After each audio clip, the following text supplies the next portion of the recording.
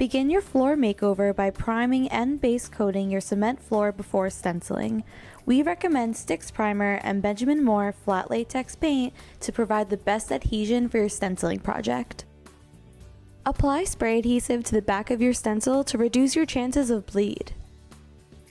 Take a 3 1/4 inch professional stencil brush and dip the tip into the paint.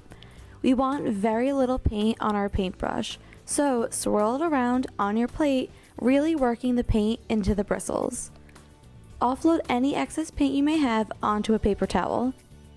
Since we are stenciling on a cement floor, we are going to lay the stencil on the floor's focal point. Now it's time to start stenciling. We will be working from the middle of the tile stencil outward with Benjamin Moore flat latex paint. We started with Philipsburg Blue. Pounce or swirl your brush lightly in the center design. Then take brown horse and do the same thing in the next opening. The last color we're using is Bennington Gray. Make sure all of your paint is flat latex finish.